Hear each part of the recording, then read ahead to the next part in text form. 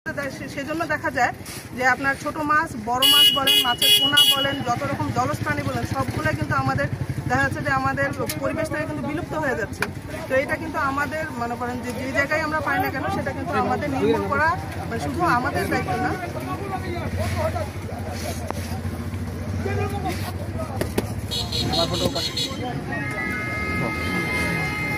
সেটা মনে করেন না শুধু আমাদের অফিস, তো আমরা কত উপকার করতে পারি, আমাদের জনগণ কম, আমরা কিন্তু সেভাবে পারি না। আমরা বারবার মানুষকে সচেতন করার চেষ্টা করি যাতে এই জালগুলো যেন এখানে না দেওয়া হয়। তারপরেও আমাদেরকে তো অভিযানে আসতে হয়। আমরা তারই প্রেক্ষিতে আজকে আমরা অভিযানে এসেছি। আমরা আনুমানিক 40টির মতো চায়না জাল জব্দ করেছি এবং এই জালগুলো আমরা পরিষদ চত্বরে নিয়ে গিয়ে আমরা সেগুলো পুড়িয়ে দেবো, পুড়িয়ে এগুলো আমরা বিনষ্ট করে দেবো।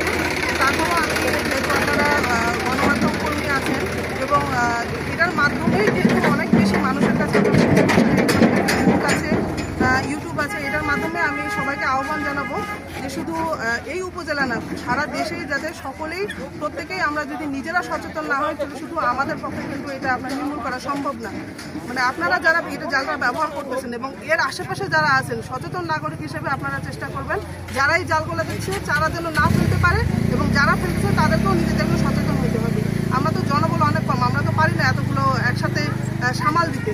কারণ হচ্ছে যে আমাদের সবসময় জনবলের সংকট আছে। এই 3-4 জন অফিস স্টাফ মিলে আসলে আমাদের এত বড় এরিয়াতে 40-50টা 100টা জাল আমাদের পক্ষে তো নিয়ে যাওয়া সম্ভব না। তারপরেও আমরা আমাদের ক্ষুদ্র পরিসরে আমরা আমাদের সাধ্যমতো চেষ্টা করি যতটুকু সম্ভব আমরা এগুলো নির্মূল করার। এবং আমি আহ্বান জানাবো সবাইকে, সকলেই যেন এই বিষয়ে একটু সচেতন থাকে। আপনার কাছে আমার একটি প্রশ্ন আছে, যে প্রশ্নটি হলো যারা জালগুলো এখানে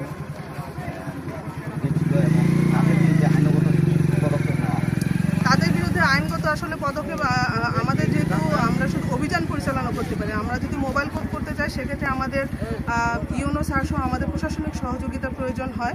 তো আমরা যেহেতু জালের সাথে প্রকৃত মালিকের সাথে সাথে খুঁজে পাইনি এবং আমাদের ইউনো স্যার ব্যস্ত থাকার কারণে আমরা হয়তো উপজেলায় গেলে এটা পরবর্তীতে আমরা ইউনো স্যার সহ আসলে সেটা কিন্তু একটা জরিমানার বিধান আছে, আপনার হচ্ছে যে জরিমানা এবং সেই সাথে আপনার কি জেলেরও বিধান আছে।